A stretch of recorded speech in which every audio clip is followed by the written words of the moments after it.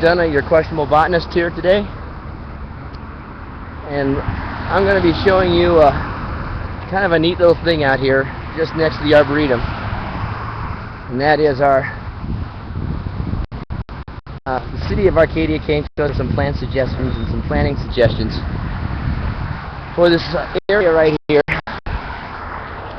around Baldwin. And between our suggestions and their designers, they came up with this really nice design here. And this Wednesday, I'm going to be talking about, I'm going to begin a lecture on lawn replacements, or what there is to replace lawns, what we're going to do now that water is at a premium. And right here, you're looking at the future, and it's not too bad looking, actually.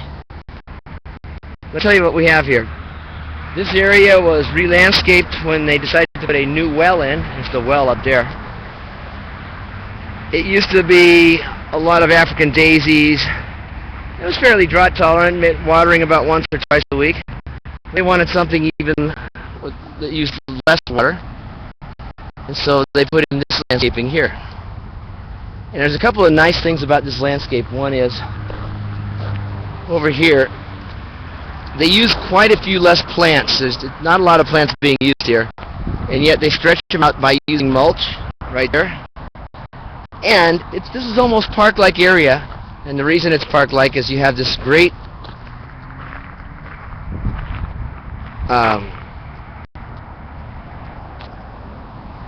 decomposed granite here, boulders, and let me go over some of the plants. But first, let me tell you about a couple of the design features that I really like. This here is a faux river. It starts off up there and comes down here. It replicates what a river would look like. And the really nice thing about this is it takes quite a bit of the water that drains in from the side of this thing, and it acts as a little bit of a swale in that it allows that runoff water, instead of going into the street and cutting channels like you see over here, it allows that water to go into this lower area here and be absorbed by the ground. Now this decomposed granite here, if you're going to be using something like this, especially if you're going to use it on a slight slope like this is, it needs what's called a sealer or a binder. This is usually something like pine pitch or an organic tar or resin that is mixed in with the gravel and keeps it from blowing away, washing away, and wearing away to a great extent. Now, this gravel is going to have to be redone every 5 to 10 years. Other than that, it's good to go. We have agaves over here. Agaves take very little water. I mean, if you water this place once every 2 weeks, it's more than enough. Over here, one of my favorites, kangaroo paws. Kangaroo paws are native to Australia. Anagazygos is the genus name of these. Easier to say kangaroo paws, trust me. We have New Zealand flax over here, looking just fine. And look at that, a jacaranda. They put in a new jacaranda, I think, to replace an old one. They left some of the legacy trees here. That over there is acacia, and I'm not sure which one. I think it's leptophila, but don't hold me to it. Gold medallion tree. I really can't tell without the flowers. And they did the same thing across the street, as you can see. They also, across the street, not so much over here, but across the street they have a lot of African daisies, and the yellow flower over there. That yellow flower is lantana, flowering lantana. Now look what they've done over here.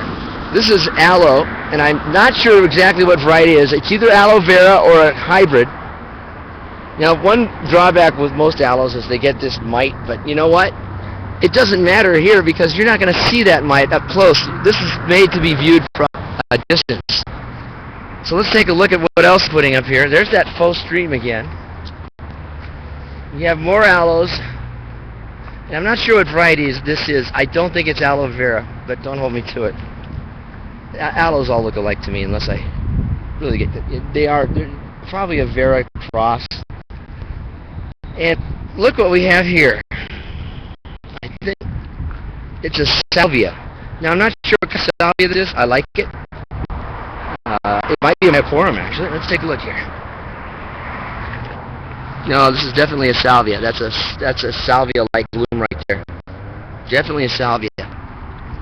And they did leave this cluster from the old days here of African daisies. Also, you see yellow daisies growing in there. That's another daisy called Artifica calendula. Very good ground cover, but you have to be careful with it because it's invasive, especially in areas that are irrigated. Again, here's that low-growing salvia, and I'll get you the identity on this salvia for you next show. The next show we're going to have is going to be on Tuesday, and I'm going to go over that lecture that I'm talking about. I'm formulating it right now. I just went to Rancho Santa Ana Botanic Garden. I went over to Mount Sac, take a look at some of the ground covers there, and of course we're going to show some ground covers from the Arboretum as well. And I'm also going to be taking a look out in neighborhoods, different areas around Pasadena and Arcadia and San Gabriel Valley and maybe parts of LA. Take a look at those neighborhoods and see what people are using now. And hopefully, I'm hoping to get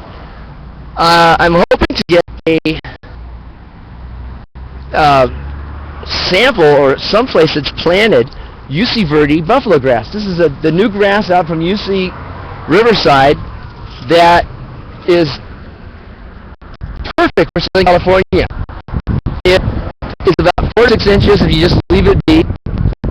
It only needs watering once a week, and it's tough as nails. The only drawback is in the cooler areas of Southern California, it does go kind of dormant. Isn't that gorgeous? Look at that. So yeah, I'm Frank McDonough, your questionable botanist. Thank you for watching, and until next time, goodbye, and good garden.